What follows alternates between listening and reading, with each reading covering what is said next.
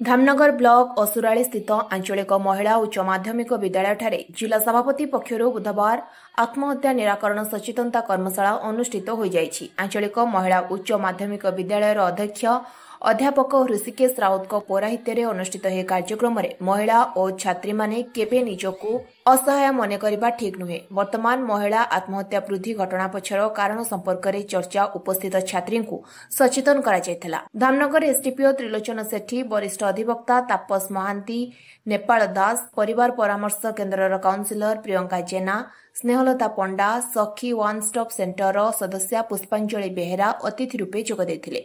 धुसुरी ISC Ajay Sudarshan बागे प्रारंभिक सूचना सह उद्देश्य ज्ञापन करथिले। अध्यापक रामानुज मुरारी मोहन पति धन्यवाद देथिले। सचेतनता कर्मशाला रे शताधिक छात्री उपस्थित थिले।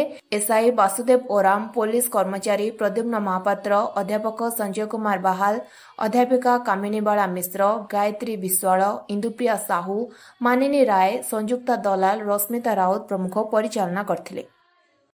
छुआ को केमती शिखई पार कि आम भल बाटर जापर से जिन ख्यार अच्छे आपन को से जिन अनुरोध करूँ जदि कौन जगह प्रोब्लेम फेस कर निर्भीक भाव में बापा माँ को जनातु, गुरुजन को जनातु कि आम सोशल जो वर्कर अच्छा डिस्कसन करके जो काउंसलिंग ही माध्यम आप निजक बुस्टअप करेंगे। दिन को आम चाहबू जे आप से भविष्य कैरियर आप ऊपर को उठू आप जिते निराश्रय अच्छा कि गरीब जहाँ भी अच्छा पीड़िता अच्छा से मोरल सपोर्ट देखिए बचार राह देखिए ऊपर को उठार साहय करते। तो मुझे सार को अनुरोध करी। धामनगर प्रदीप महापात्र रिपोर्ट, स्वतंत्र ओडिशा लाइव।